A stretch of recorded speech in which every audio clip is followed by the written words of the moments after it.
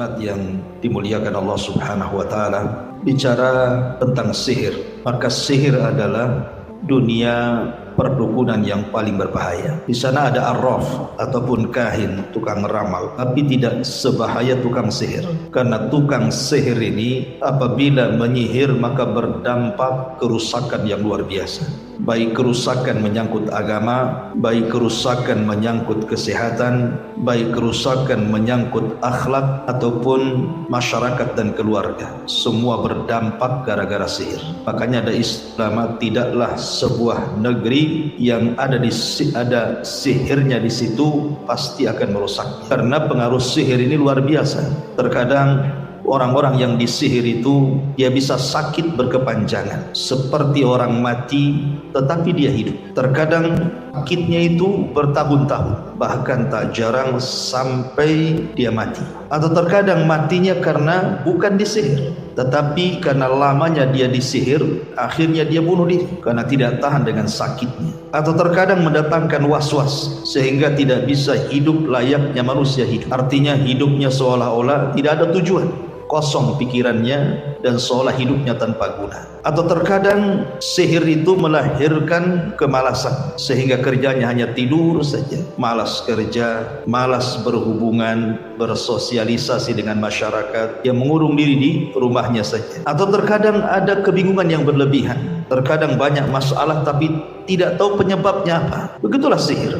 Atau terkadang melahirkan kebencian kepada manusia yang ada di hadapannya, ataupun timbul suudzon kepada tetangganya seolah-olah dia yang menyihirnya. Bahkan saya pernah diceritakan oleh seorang ummahat ketika suaminya tersihir, katanya, jadi kalau dia ngaca seolah-olah wajah di kaca itu menakutkan, dan apabila memandang istrinya seolah-olah di hadapannya ada setan dan selalu berteriak. Jadi terkadang sihir itu melahirkan kebencian kepada manusia, atau mungkin sebaliknya ketakutan yang berlebihan, yang kemudian dari ketakutan yang berlebihan, kebencian yang berlebihan, was-was yang berlebihan, akhirnya membawa kepada malas untuk ibadah, terutama melaksanakan yang wajib.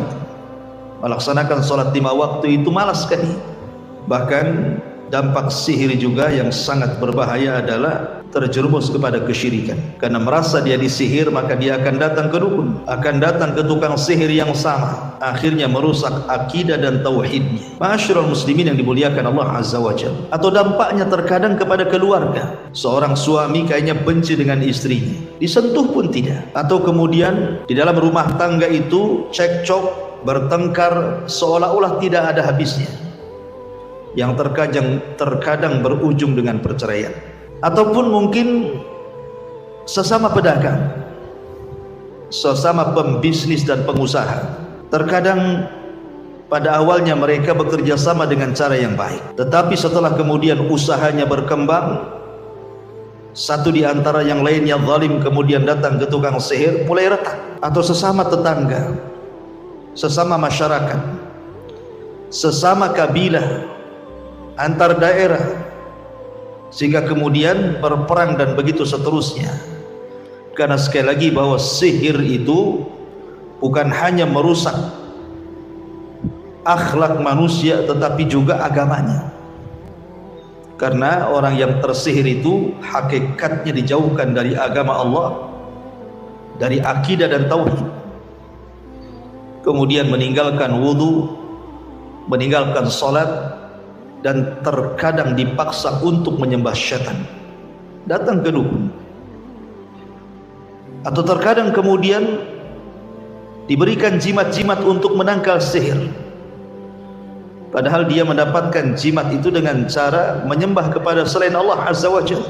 Jadi betul-betul dirusak agamanya,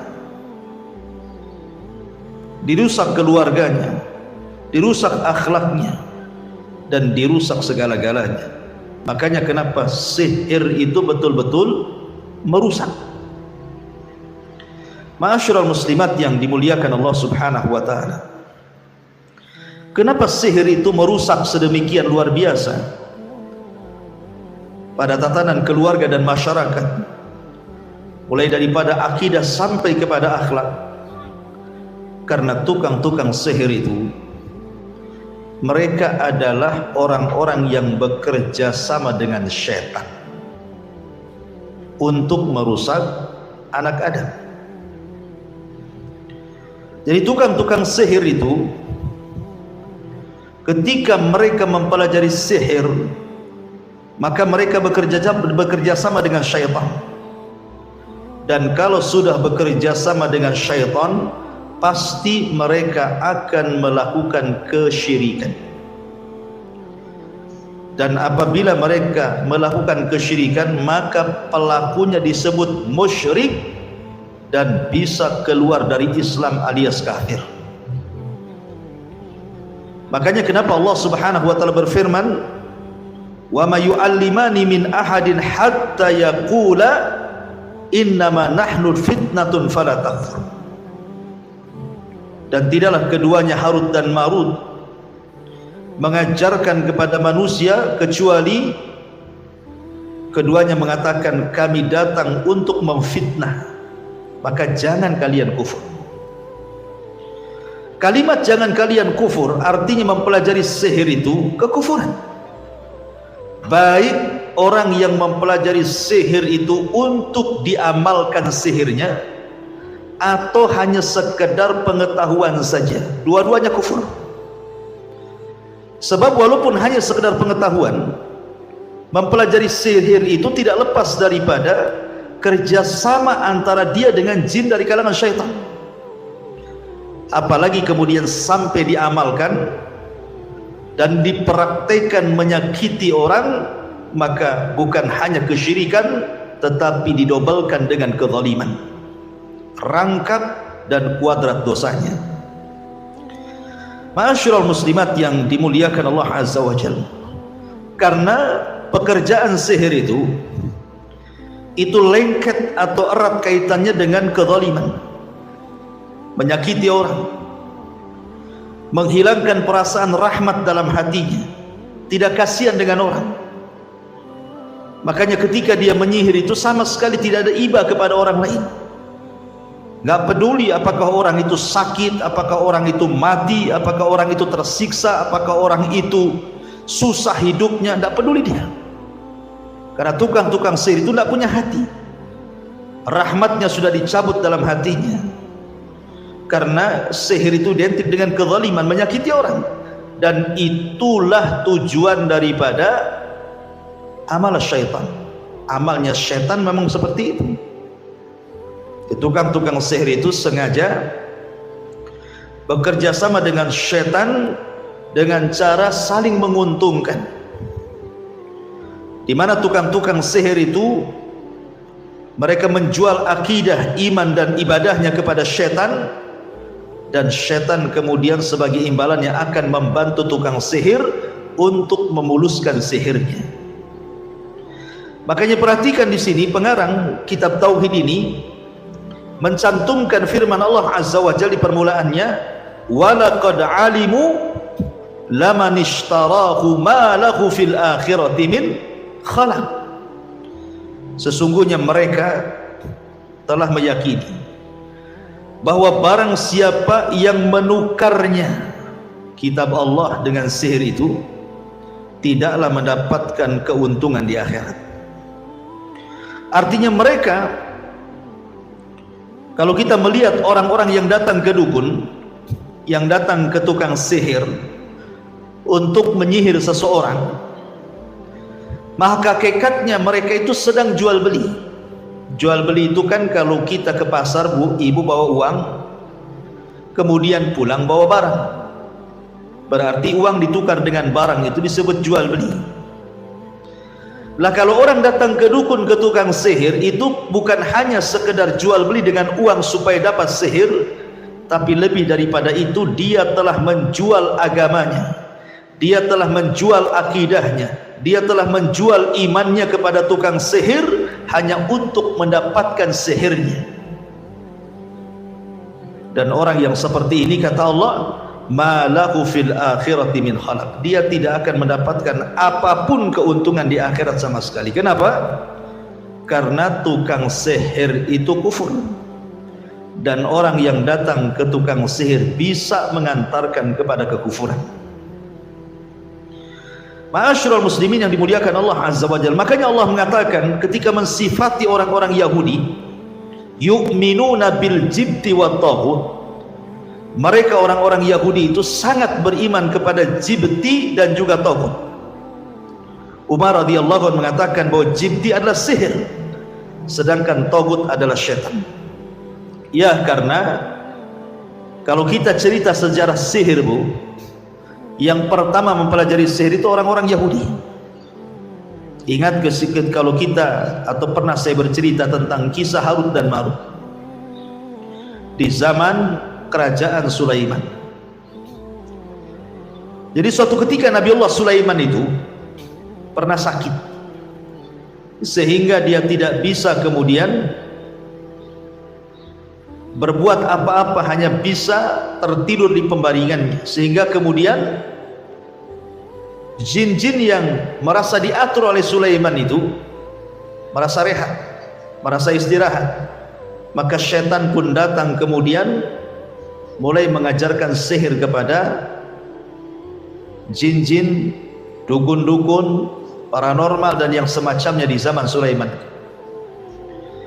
Ketika kemudian Sulaiman sembuh dari sakitnya dan kemudian berkuasa kembali, maka Nabi Sulaiman marah, kemudian memerintahkan pengawalnya untuk mengambil buku-buku sihir dan diletakkan di bawah singgasananya, kemudian mengatakan, siapapun yang mengambil buku ini dan dia manusia kubunuh, tapi siapapun yang mengambil buku ini dan dia kalangan jin maka terbakarlah dia.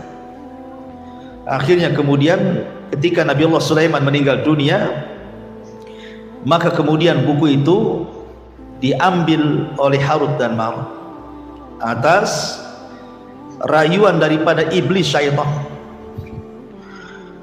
Kemudian datanglah orang-orang Yahudi dan ingin mempelajarinya. Harut dan Marut mengatakan, jangan kalian belajar sihir. Aku ini diutus hanya untuk memberikan ujian kepada kalian. Tapi kalau kalian ingin belajar, maka jangan sampai kufur. Akhirnya orang-orang Yahudi, sebagian mereka tidak belajar, sebagian mereka belajar. Ketika belajar sihir, ketagihan mereka. Akhirnya kemudian mereka pun suka dengan perdukunan dan ilmu sihir. Jadi orang-orang Yahudi itu tukang sihir.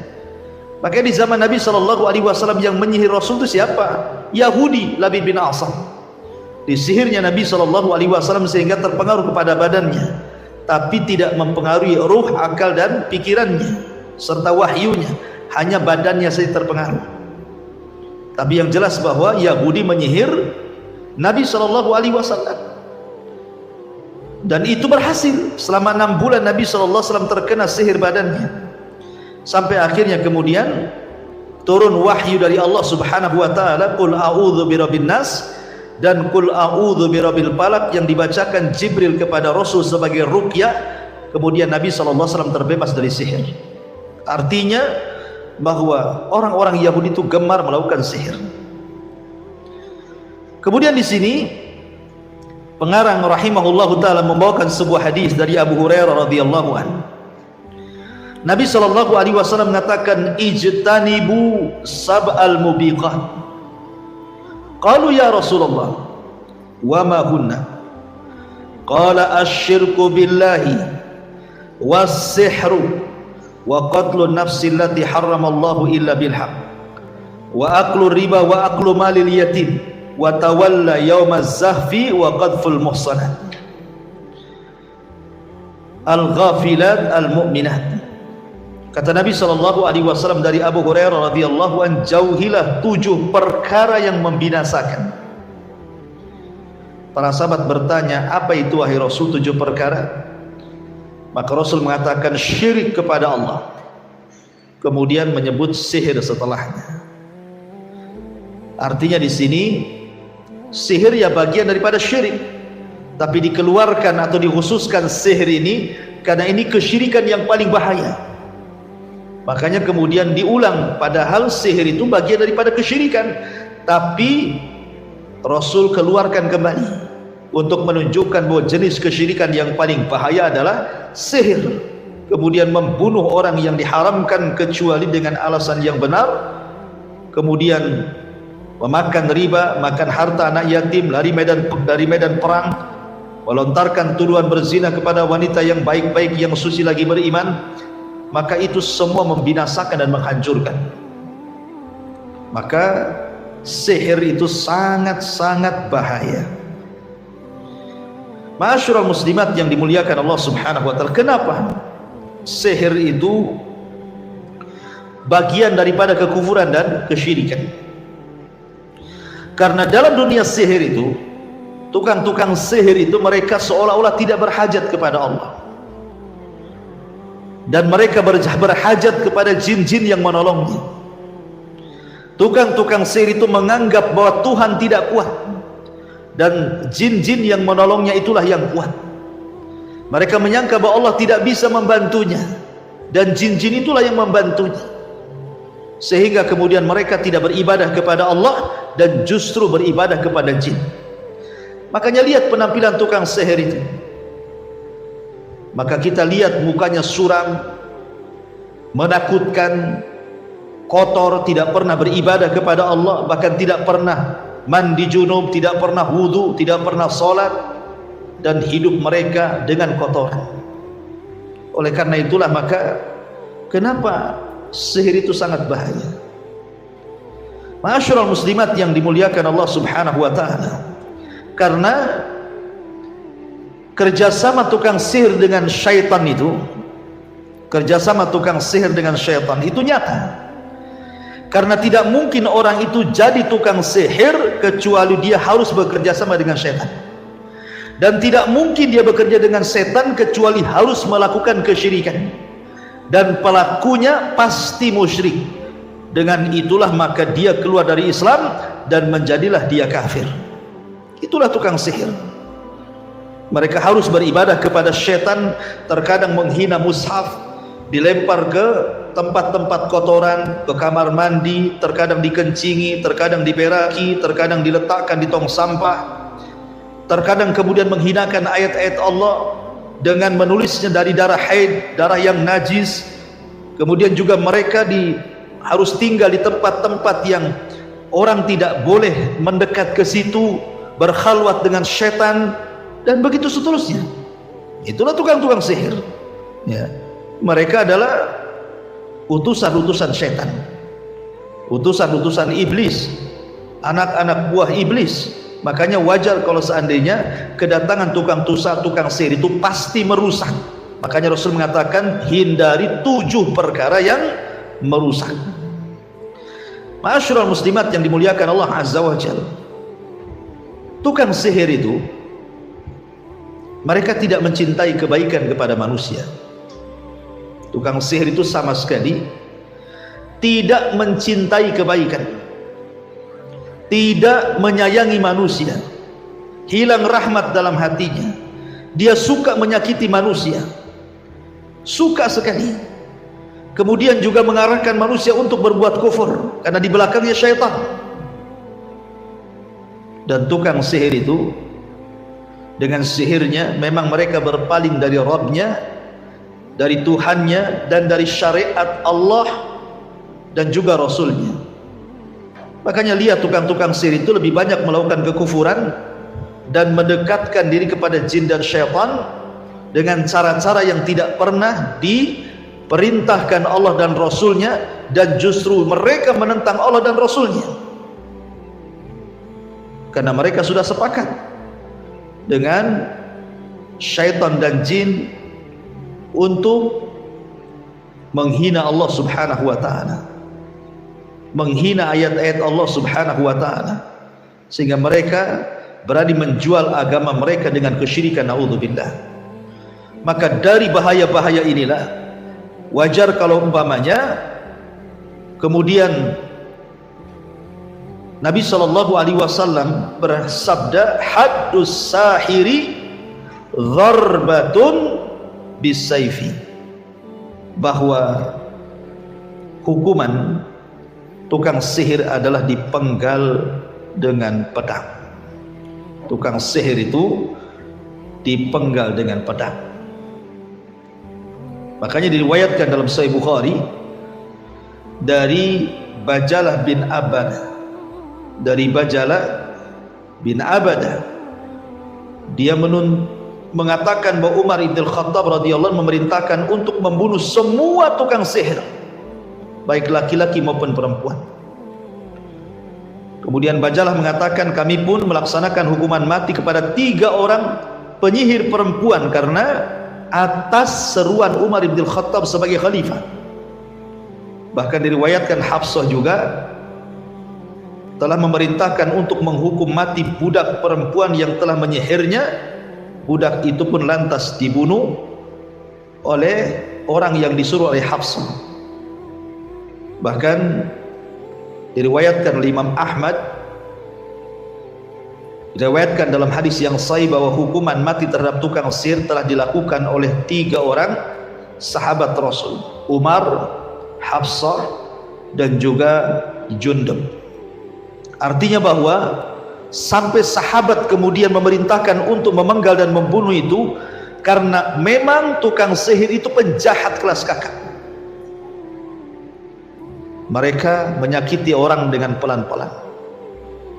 Terkadang menyakiti orang itu sampai dibuat sakit seumur hidup. Coba bayangkan, menyusahkan bukan hanya orang yang sakit, tapi keluarga korban juga susah karena harus merawatnya. Anak-anaknya, istri-istrinya, pasangannya, orang tuanya, keluarganya dibuat susah gara-gara tukang sihir itu. Makanya sudah wajar, karena ini juga kejahatan yang luar biasa. Makanya Islam kemudian menghukum bunuh itu bukan had, tetapi karena hukumannya riddah, karena dia murtad. Makanya kenapa ketika Al-Hafidh Ibnu Hajar rahimahullah ta'ala dan juga ulama yang lainnya ditanya tentang apakah boleh seseorang mempelajari sihir, maka mereka mengatakan tidak boleh, karena ta'allumus sihri kufrun, mempelajari sihir itu adalah kekufuran. Sebagaimana juga dikatakan Imam Ibnu Qudamah, ta'allumus sihri wa ta'limuhu haramun la na'lamu fihi khilafan baina ahli ilm. Mempelajari sihir, mengajarkan sihir haram, tidak boleh, tidak ada khilaf ulama. Bahkan Al-Hafidh Ibnu Katsir juga mengatakan sama, bahwa orang yang mempelajari sihir itu terjerumus kepada kesyirikan dan kekufuran. Lalu bagaimana kalau seandainya seseorang itu mengobati sihir dengan sihir? Ada orang terkena sihir, kemudian datang ke tukang sihir, akhirnya mengobati sihir dengan sihir. Maka Al-Qatadah mengatakan ketika bertanya kepada seorang tabi'in namanya Sa'id ibn al-Musayyab tentang seseorang yang kemudian melakukan hal itu,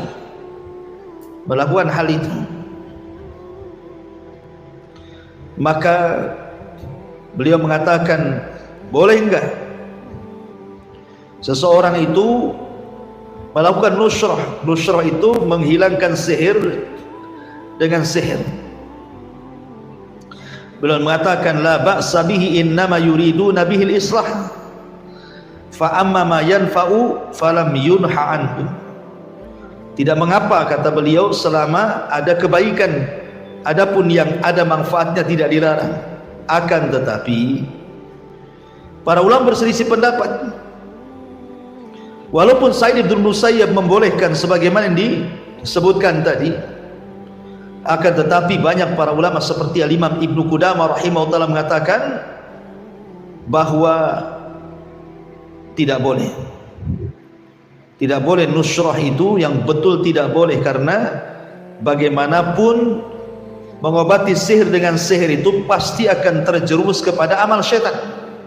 Sebagaimana sabda Nabi SAW, an-nusratu min amali syaitan, bahwa nusrah itu, melepaskan sihir dengan sihir itu termasuk amal syaitan, bukan amal manusia. Tetapi kalau nusrahnya maksudnya dengan Al-Quran, mengobati sihir dengan Quran, mengobati sihir dengan doa-doa yang diajarkan, mengobati sihir dengan zikir-zikir yang disyariatkan, maka tidak mengapa.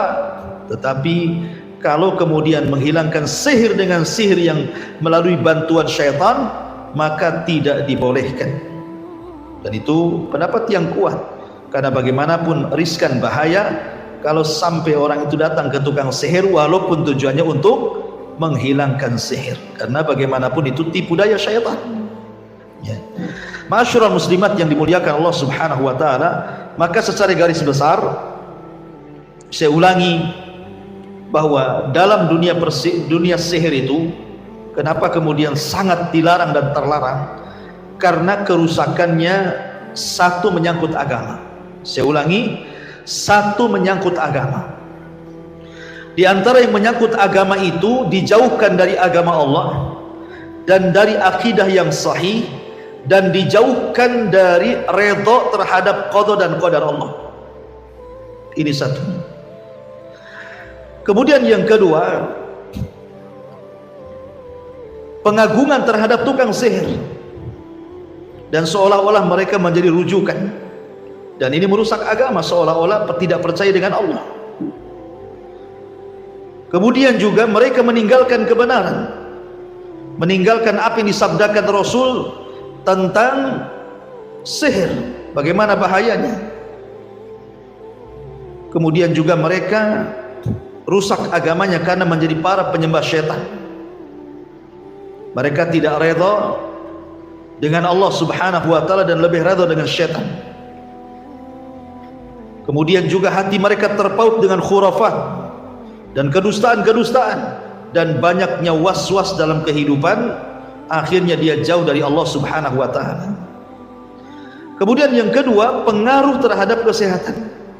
Tadi saya sudah disebutkan, ada orang yang disihir itu akhirnya sakit dengan sakit yang berkepanjangan, terkadang menyusahkan orang sakit dan orang yang menjaga orang sakitnya, atau terkadang menyakiti perempuan yang sedang hamil, akhirnya dibuat keguguran, ya, dibuat keguguran anaknya itu. Bisa saja tukang sihir akhirnya kemudian menghilangkan nyawa janinnya, atau dibuat bingung hidupnya, susah, tidak bisa berpikir, banyak masalah, tidak jelas masalahnya, kemudian hilang tujuan hidupnya, akhirnya malas, kemudian menjauh dari manusia gitu ya. Kemudian juga penuh dengan kebingungan, gundah gulana, stres gitu ya, sehingga kemudian akhirnya hidup menyendiri. Dan adapun kemudian bahaya tentang masyarakat, kebanyakan orang-orang yang terkena sihir terkadang tidak mau bermasyarakat, hidupnya sendirian, tidak jelas, kemudian ada perasaan suudon, kemudian permusuhan, kedengkian, hasad, dan begitu seterusnya. Termasuk juga akhlak jadi hilang, akhlak jadi hilang. Kemudian juga terkadang anak-anak muda yang terkena sihir tidak mau kawin, anak-anak bujangan akhirnya tabatul, membujang, anak gadis kemudian menggadis sampai tua karena terkena sihir. Jadi banyak sekali, dan saya sudah ulang berkali-kali madaratnya, sehingga mu'alif rahimahullah ta'ala ingin menjelaskan dalam kitab Tauhid tentang bahaya sihir ini, bahwa sihir itu kesyirikan dan bisa mengantarkan kepada kekufuran. Wallahu a'lam bishawab.